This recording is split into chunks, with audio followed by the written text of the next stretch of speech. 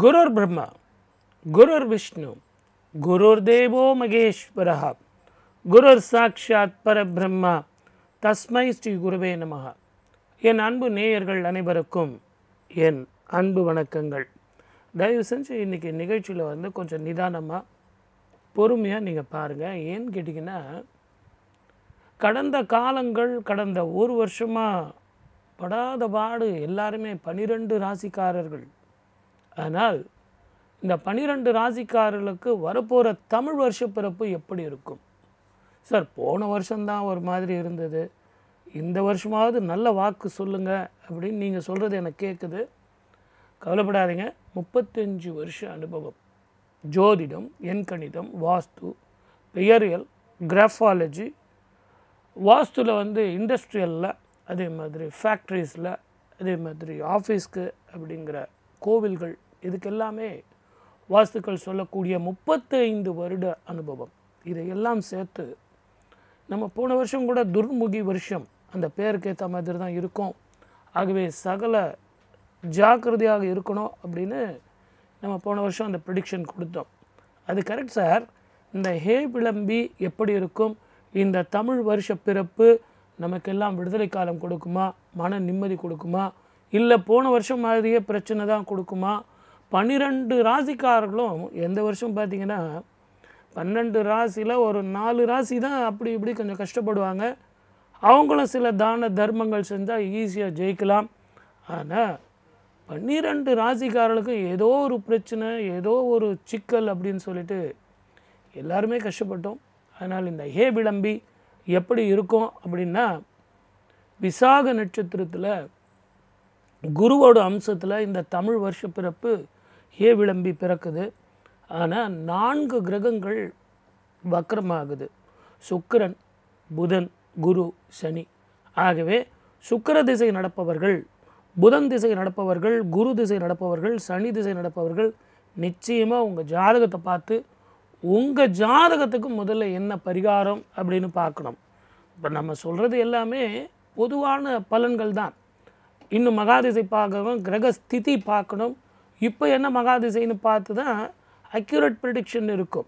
ஆனால் இது எல்லாம் பொதுவான பலன்களாக நம்ம சொல்லும்போது, இந்த வக்கரம் பெற்ற கிரகங்கள் இந்த விசாக நட்சத்திரத்தில் இந்த தமிழ் வருஷ பிறப்பு பிறக்கும் பொழுது இந்த ஆண்டு உங்கள் ஜாதகத்துக்கு எப்படி இருக்கும் என்பது நிச்சயமாக ஜோதிடரை பார்க்கணும். என்னை பாருங்கள்.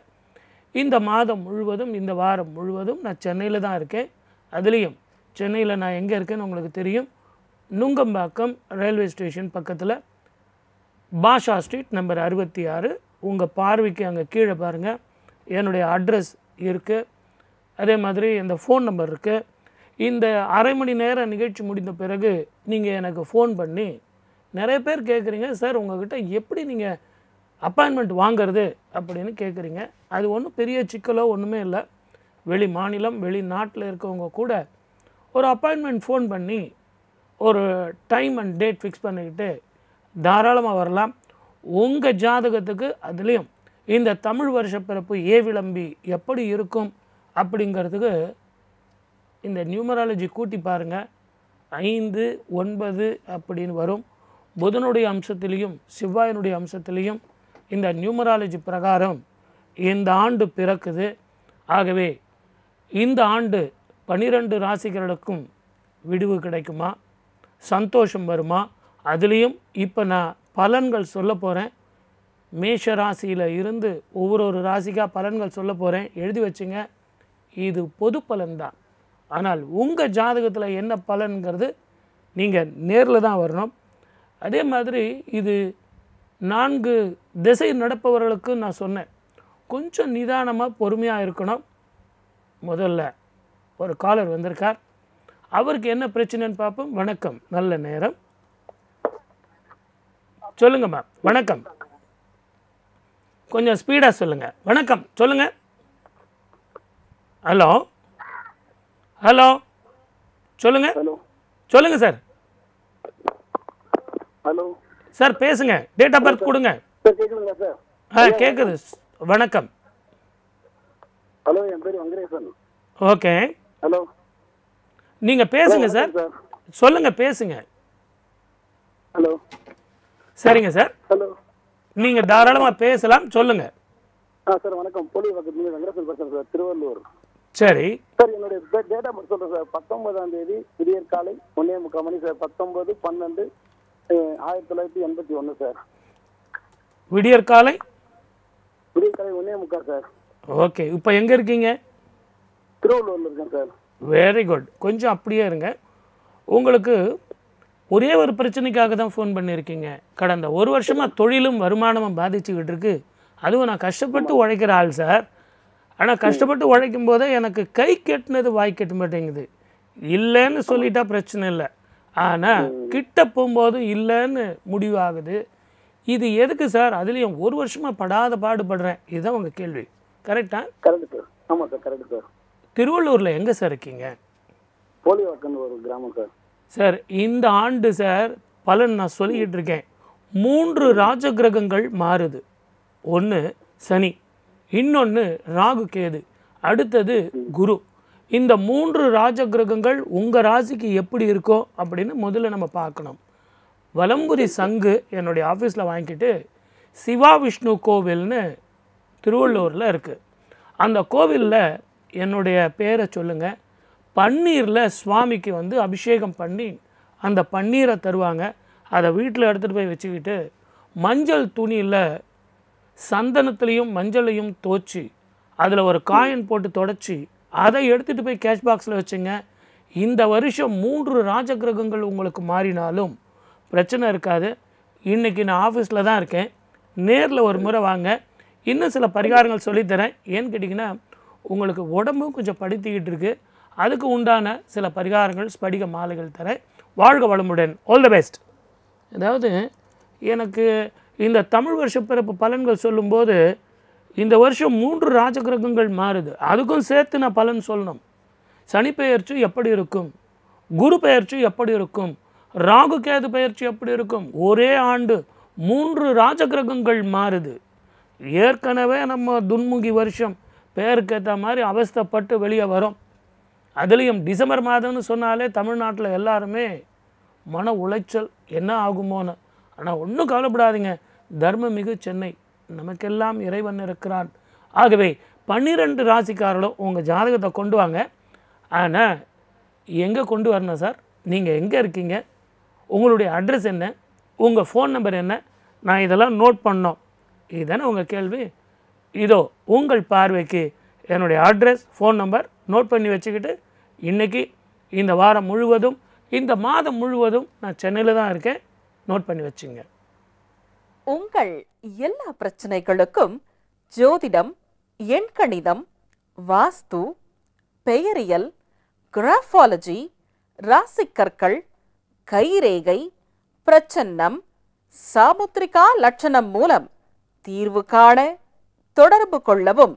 ஏஆர் பாலகிருஷ்ணா ரெட்டி, நம்பர் 52/66, பாஷா தெரு, வலம்புரி விநாயகர் கோவில் அருகில், சூளைமேடு, சென்னை 94.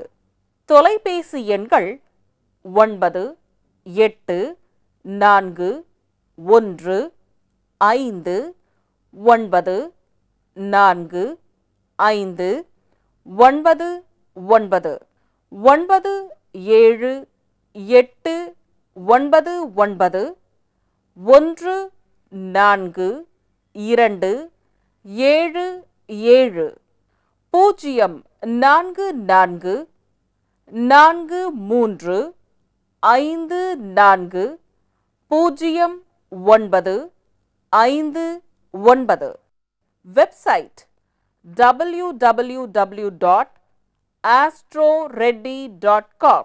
ஏஆர் பாலகிருஷ்ணா ரெட்டி என்ற யூடியூப் முகவரியிலும் இந்த நிகழ்ச்சிகளை கண்டு களிக்கலாம்.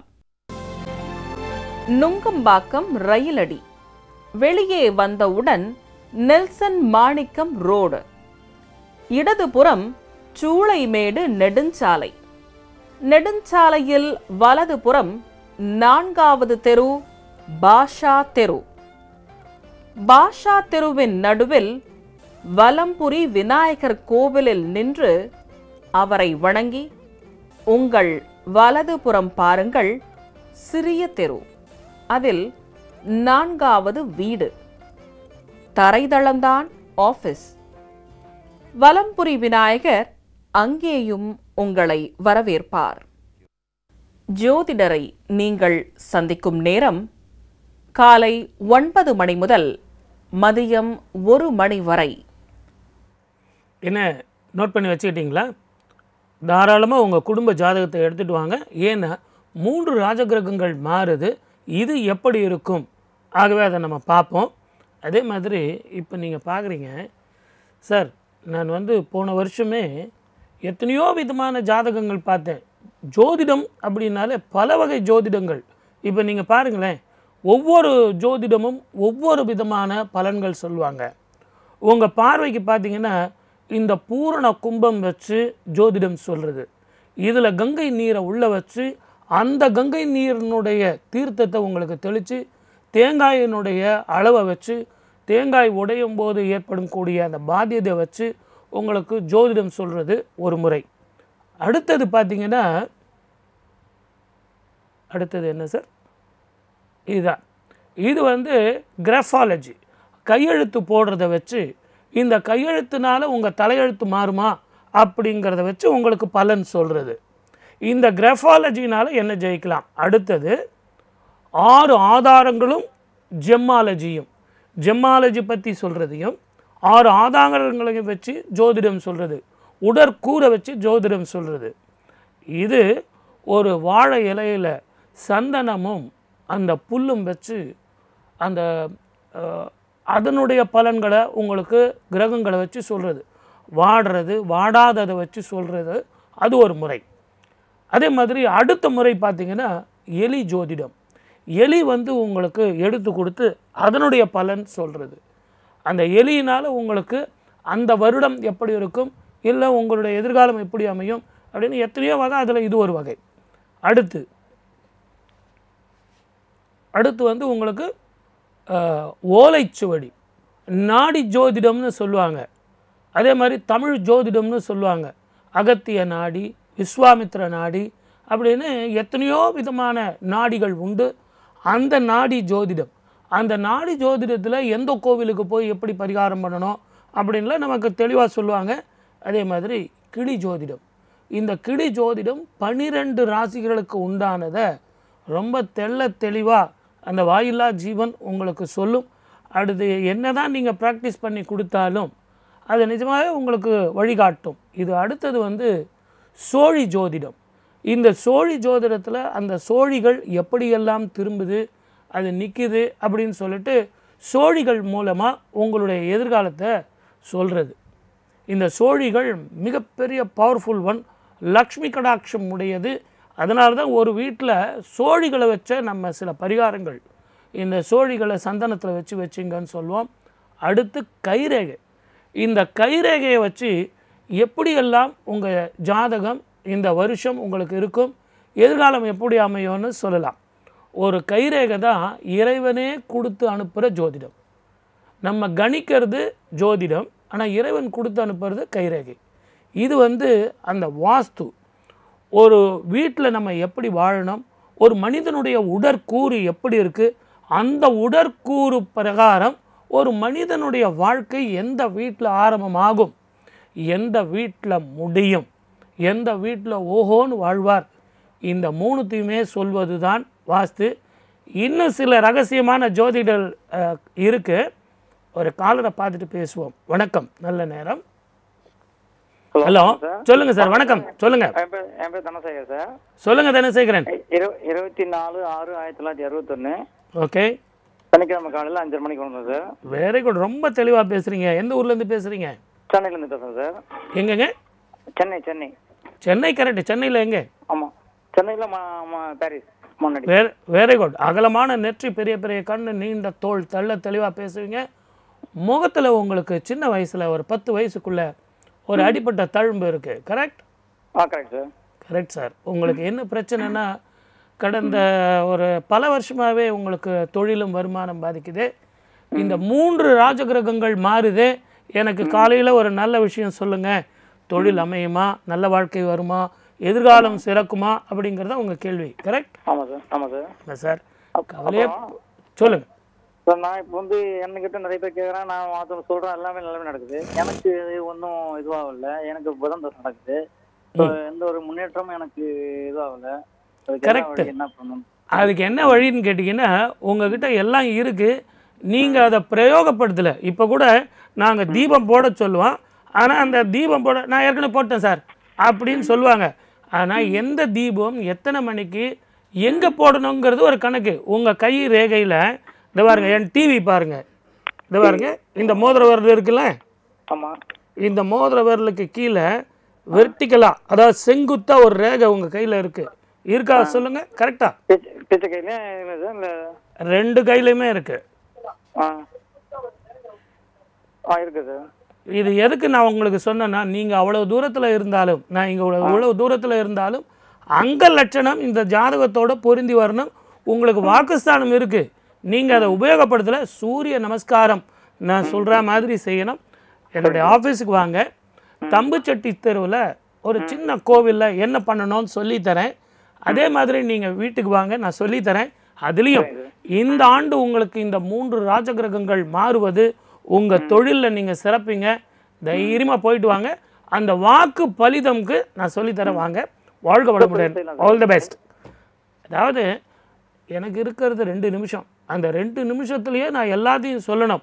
ஆகவே கோமதி சக்கரம் இதை எப்படி வச்சு வழிபடணும், ஏன் வழிபடணும்? அவர் கேட்டார் பாருங்க, சார் எனக்கு எல்லாமே இருக்குது, ஆனால் அந்த வாக்கு பலிதம் வேணும், அதை எப்படி பிரயோகப்படுத்தணும், இந்த ஆண்டு உங்களுக்கு எப்படி இருக்குங்கிற பலன் சொல்கிறதுக்கு முன்னாடி இதெல்லாம் நீங்கள் எப்படி செய்யணும், இந்த பூஜை பொருட்கள், இந்த மூலிகை பொடி, மூலிகை திரி, ஸ்படிக மாலை, இந்த ஸ்படிக மாலையை ஏன் கொடுக்குறோம், இது எல்லாம் உங்கள் ஜாதகம் பார்க்கணும். அதனால தான் வீட்டுக்கு வாங்க, என்னுடைய ஆஃபீஸில் பாருங்கள், உங்கள் குடும்ப ஜாதகத்தை பாருங்கள்.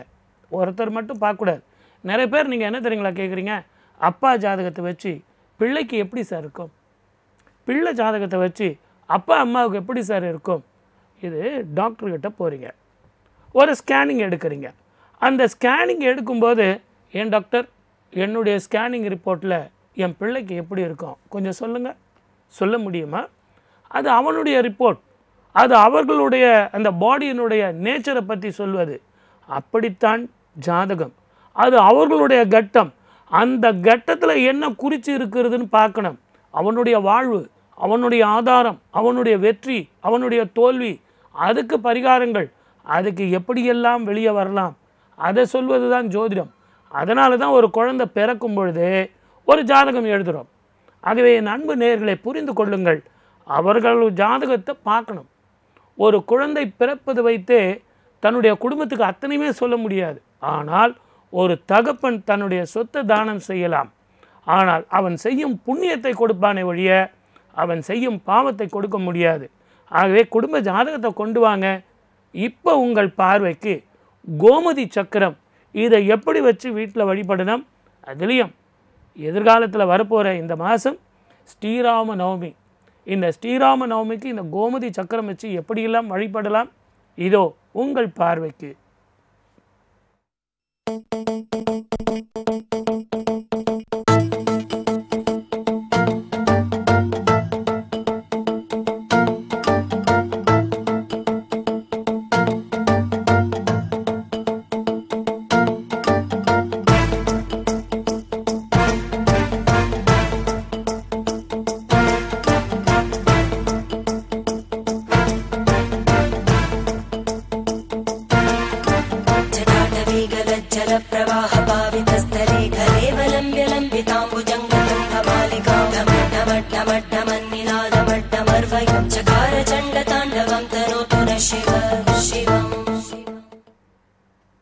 அடுத்து வரப்போகிற ஜோதிடம் யாரெல்லாம் எப்படியெல்லாம் ஜாதகம் பார்த்துருக்காங்க, எத்தனையோ வெரைட்டி ஜோதிடம் பார்த்துருக்காங்க.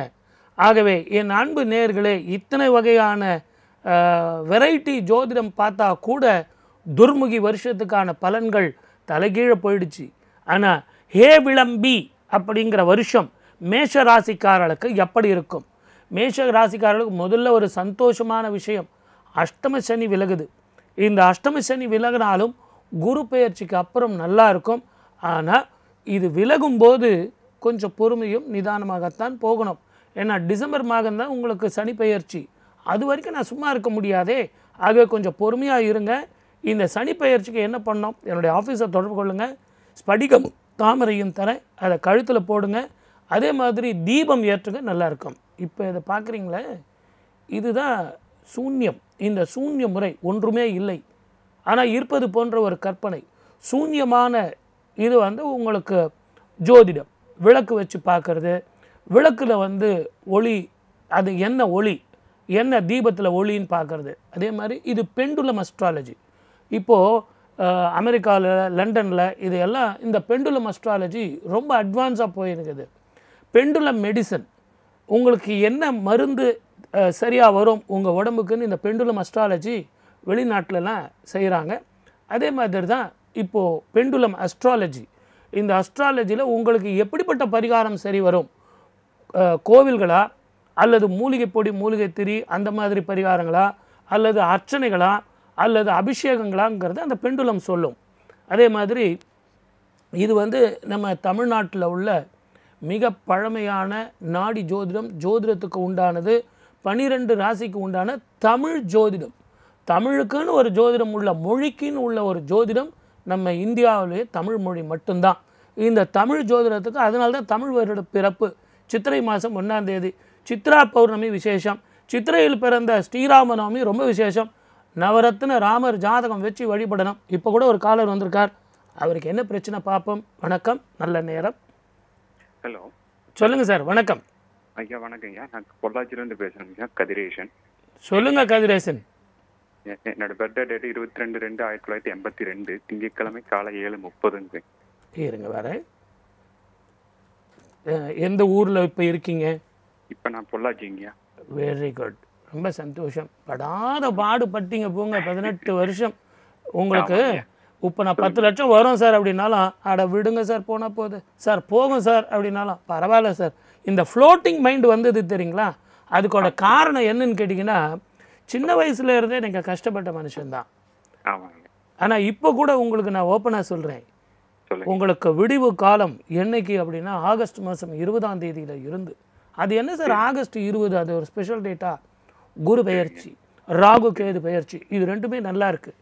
ஆனால் நீங்கள் செய்ய வேண்டியது, உங்கள் கோவிலுக்கு பக்கத்துலேயே ஆனமலை அப்படிங்கிற கோவிலில் வலம்புரி சங்கு வாங்கிக்கிங்க என்னுடைய ஆஃபீஸில். அதில் நான் கொஞ்சம் பன்னீர் தரேன், அந்த பன்னீரை இதில் ஊற்றி வழிபடுங்க. மூலிகை பொடி, மூலிகை திரி தரேன். இந்த வருடம் முழுவதும் நீங்கள் அந்த மூலிகை பொடி, மூலிகை திரி போட்டு நீங்கள் வழிபடணும். அந்த மூலிகை பொடி திரி போகிறதுல பிரயோஜனம் இல்லை, அதில் இருந்து வர்ற வாசனையை நீங்கள் சுவாசித்தா முதல்ல உங்கள் வருமானம், உடல் ஆரோக்கியம், மன நிம்மதி, சந்தோஷம், இந்த 4 பாயிண்ட்டுக்காக தான் நீங்கள் ஃபோன் பண்ணீங்க. என்ன கரெக்டாக? கவலைப்படாதீங்க, கவலைப்படாதீங்க. இதோ இந்த வருஷம் முடிஞ்சிடும், குருபலன் வருது. இந்த 4 பாயிண்ட் ஈஸியாக ஜெயிச்சிருவீங்க. முதல்ல அடிப்படையே உங்களுக்கு சரியில்லாமல் கஷ்டப்பட்டீங்களே இல்லைங்களா? இதெல்லாம் இப்போ தான் கொஞ்சம் கொஞ்சமாக படிப்படியாக வந்தீங்க இல்லையா? இப்போ தான் உங்களுக்கு செட்டில் ஆக போகுது. ஆனால் நீங்கள் தயவு செஞ்சு என்னுடைய ஆஃபீஸை இந்த நிகழ்ச்சி முடிந்த பிறகு தொடர்பு கொள்ளுங்கள், நான் இன்னும் உங்களுக்கு டீட்டெயிலாக சொல்கிறேன். வாழ்க வளமுடன், ஆல் த பெஸ்ட். என் அன்பு நேயர்களுக்கு ஒரு சின்ன வேண்டுகோள், அதாவது 2 நிமிஷத்தில் நான் உங்கள் ஜாதகத்தை சொல்லணும், பலன் சொல்லணும், பரிகாரம் சொல்லணும். ஆகவே என்னுடைய அன்பு வேண்டுகோள் என்னென்னா, இந்த நிகழ்ச்சியை பார்த்துட்டு சார் எனக்கு ஃபோன் கிடைக்கல சார், கவலைப்படாதீங்க. இந்த நிகழ்ச்சி முடிந்த பிறகு இங்கே பாருங்கள், கீழே இவ்வளோ 3 நம்பர் கொடுத்துருக்கோம். இதில் தொடர்பு கொண்டு ஒரு அப்பாயின்மெண்ட் ஃபிக்ஸ் பண்ணிக்கிட்டு என்னை பாருங்கள். இது பாருங்கள், நான் ஒன்று சொல்கிறேன், இது அவசரப்படுற விஷயமே இல்லை. எனக்கு உடனே சொல்லுங்கள், நிதானமாக பொறுமையாக என்னுடைய ஆஃபீஸில் உட்காருங்க, நிதானமாக கேளுங்க, பொறுமையாக கேளுங்க, உங்கள் சந்தேகங்கள்லாம் கேளுங்க, தப்பே இல்லை. ஆனால் என்னுடைய ஒரே ஒரு வேண்டுகோள் என்னன்னு கேட்டிங்கன்னா, குடும்ப ஜாதகத்தையும் வீட்டினுடைய ஸ்கெட்சையும் கொண்டு வாங்க. ஏன்னா வெறும் ஜாதகம் மட்டுமே ஒருத்தருக்கு பிரச்சனையை கொடுக்காது. இருக்கிற வீடு கூட, ஏன் அது வாடகை வீடாக இருந்தால் கூட பிரச்சனைகள் இருக்கத்தான் செய்யும். அப்படிப்பட்ட வீடு ஸ்கெட்சை கொண்டு வாங்க, நான் பார்த்து சொல்கிறேன். ஜோதிடத்தில் இது ஒரு முறை. இந்த கைரேகை பலன்கள் பார்ப்பது, இந்த கைரேகை பலன்கள் நம்ம ஏற்கனவே காமிச்சிட்டோம். ஆனால் மறுபடியும் இதை காட்டுறது எதுக்கு தெரியுங்களா? இந்த நாடியில் பாருங்கள், அவங்க கயிறு கட்டியிருப்பாங்க. நிறமான கருப்பு, மஞ்சள், சிகப்பு, வெள்ளை இதையெல்லாம் கட்டியிருப்பாங்க. இது எதுக்குன்னா, இன்றைக்கி படிக்க போகிற குழந்தைகளுக்கு, எக்ஸாம் எழுத குழந்தைகளுக்கு நம்ம வந்து அந்த ரக்ஷ தரம், அந்த ரக்ஷையை கையில் கட்டி நாடி சுத்தி. சார் இந்த நாடி சுத்தி அப்படின்னா முதல்ல என்னன்னு புரிஞ்சுங்க. ரக்ஷை கட்டினா பசங்க வந்து மார்க்கை பாஸ் பண்ணிவிடுமா? இதை பாருங்கள், டிவி பாருங்கள், இந்த ரக்ஷை இந்த இடத்துல அழுத்துது. இந்த இடத்துல அழுத்தும்போது, நான் கூட இதெல்லாம் போட்டிருக்கிறது ரக்ஷை கட்டியிருக்கிறது எதுக்காகனா, இந்த ரக்ஷை வந்து அழுத்தும்போது இந்த பைப்பில் தண்ணி இப்படி அமுக்கும்போது பார்த்திங்கன்னா பீச்சி அடிக்கும். அந்த மாதிரி தான் இந்த ரத்தத்தை இந்த நாடியில் பீச்சி அடிக்கும். இந்த ரத்தத்தை பீச்சி அடிக்கும்போது இந்த ரத்தம் நேராக இதயத்துக்கு போகுது. இதயம் சுத்தப்படும், அசுத்த ரத்தம் போகும். அதாவது பைப்பில் தண்ணி வச்சு அடிக்கிற மாதிரி. அதுக்காக தான் இந்த நாடி சுத்தம் பண்ணுறதுக்கு தான் இந்த ரக்ஷை கட்ட சொல்லுவோம். ரக்ஷை கட்டினா ஜெயிக்கலாமா அப்படின்னா ஜெயிக்கலாம். இப்போ பாருங்கள், இது ஒரு மெத்தட்.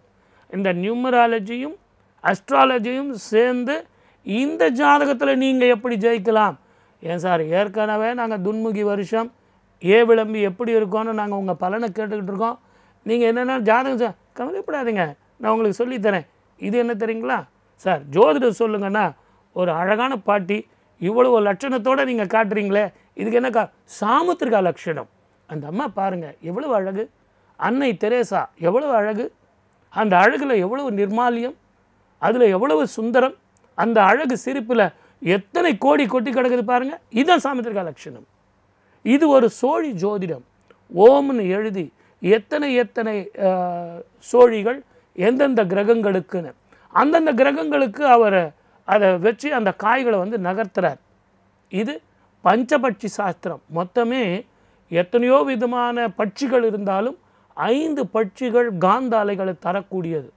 இந்த 5 பட்சிகள் வந்து தன்னுடைய வாழ்நாளில் ஒவ்வொரு பட்சியும் 11,000 விதைகளை இந்த பூமியில் விதைக்குது. நம்ம எத்தனை விதைகளை விதைச்சிருக்கோம்? மரங்களை வெட்டாமல் இருந்தால் போதாதா? இவ்வளவு வறட்சிக்கும் என்ன காரணம்? இவ்வளவு வெப்பத்துக்கு என்ன காரணம்? இது ரேக்கி சிஸ்டம். ரேக்கியில் என்னென்னா, அவர் அமெரிக்காவில் இருக்கலாம், லண்டனில் இருக்கலாம், நான் சென்னையில் இருந்தபடியே என்னுடைய ப்ரேயரை வந்து நான் செய்தால் அவருடைய உடல் ஆரோக்கியம், பணப்பிரச்சனை, மனப்பிரச்சனை இது அத்தனையுமே தேரும். அதனால்தான் இந்த ரேக்கை சிம்பிள் வந்து இது நம்ம போடுறோம். பெரியவங்களாம் நீங்கள் பார்த்தீங்கன்னா வெறும் கை வச்சு இப்படி உங்களை ஆசீர்வாதம் பண்ணுவாங்க. இதனுடைய ஆசீர்வாதத்தினுடைய கருத்து என்னன்னு கேட்டிங்கன்னா, பின்னாடியே உங்களுக்கு காட்ட போகிற வர்ம முறையில் எப்படி ஜெயிக்கலாங்கிறது அது ஒரு விதமான ஜோதிடம். அந்த ஜோதிடம் மூலயமாக நீங்கள் இதுதான் அந்த வர்மத்தினுடைய அங்குஷ்டானம் இது எல்லாம் நீங்கள் எப்படி ஜெயிக்கலாங்கிறது சொல்கிறது. ஸோ வெரைட்டி ஆஃப் அஸ்ட்ராலஜி இந்த உலகத்திலே எத்தனையோ வகையாக இருந்தாலும் உங்களை நான் கேட்குறதுலாம் ஒன்று தான், சீன வாஸ்து. சைனாவில் வந்து உட்காந்தா ஜோதிடம், நின்னா ஜோதிடம், சாப்பிட்டா ஜோதிடம், சாப்பிட்லனா ஜோதிடம். இதுதான் கடைசியாக சித்தன் மகாபுருஷன். தென்னாட்டில் வந்து லிங்க வடிவான உருவ வழிபாடு தான், அங்கே சிவ வழிபாடு கிடையாது. வடநாட்டில் மட்டும்தான் சிவ வழிபாடு. ஆகவே சித்தனாக இங்கே சித்த ஜோதிடங்கிறது மிக ரகசியம், சித்த வழிபாடுங்கிறது மிக ரகசியம். ஆகவே என் அன்பு நேயர்களை, இத்தனை ஜோதிடங்கள் இருந்தாலும் உங்களுக்கு இந்த ஹே விளம்பி எப்படி இருக்கும்? இந்த வாரம் முழுவதும், இந்த மாதம் முழுவதும் நான் சென்னையில் தான் இருக்கேன். தாராளமாக உங்கள் ஜாதகத்தை கொண்டு வாங்க. ரிஷபராசிக்காரர்களுக்கு இது அஷ்டம சனியின் காலம். மிக ஜாக்கிரதையாக இருக்க வேண்டிய காலமாக இருந்தாலும் எளிமையான பிரச்சனைகளுக்கு மூலிகை பொடி, மூலிகை திரி போட்டு வழிபடும்போது செய்யும் தொழிலில் மேன்மை, வருமானம் அதிகரிக்கும். சார் என்ன சார் ரிஷபத்தோடு விட்டிங்களே, மீதி ராசியெல்லாம் எப்போ சொல்வீங்க அப்படின்னா, அங்கே பாருங்கள் நம்ம டைரக்டர் சார், மீதி பேருக்கெல்லாம் அடுத்த வியாழக்கிழமை சொல்லுங்கள் சார், கவலைப்படாதீங்க, உங்களுக்கு கொஞ்சம் நிறைய டைம் தரேன், இந்த வாரம் என்ன விட்டுருங்க சார், ஏன்னா ஹே விளம்பியில் எனக்கே டைம் பிஸியாக இருக்குது சார், அதனால் ப்ளீஸ் கொஞ்சம் டைம் கொடுங்க அப்படின்னு கேட்குறார். அவருடைய ரெக்வஸ்ட்டை நான் ஒத்துக்கணும். ஆகவே இந்த நிகழ்ச்சியை மறு ஒளிபரப்பு சனிக்கிழமை ராஜ் டிஜிட்டல் ப்ளஸில் 8:30 மணிக்கு பாருங்கள். மறுபடியும் இதே நிகழ்ச்சியை 8 மணிக்கு நம்ம ராஜ் டிவியில் சந்திப்போம்னு சொல்லி வாய்ப்பளித்த அத்தனை நல்ல உள்ளங்களுக்கும் நன்றி, வணக்கம். சர்வே ஜனா சுகினோ பவந்து. நுங்கம்பாக்கம் ரயிலடி வெளியே வந்தவுடன் நெல்சன் மாணிக்கம் ரோடு, இடதுபுறம் சூளைமேடு நெடுஞ்சாலை, நெடுஞ்சாலையில் வலதுபுறம் 4வது தெரு பாஷா தெரு, பாஷா தெருவின் நடுவில் வலம்புரி விநாயகர் கோவிலில் நின்று அவரை வணங்கி உங்கள் வலதுபுறம் பாருங்கள் சிறிய தெரு, அதில் 4வது வீடு, தரைதளம்தான் ஆபீஸ். வலம்புரி விநாயகர் அங்கேயும் உங்களை வரவேற்பார். ஜோதிடரை நீங்கள் சந்திக்கும் நேரம் காலை 9 மணி முதல் மதியம் 1 மணி வரை, மாலை 4 மணி முதல் 7 மணி வரை.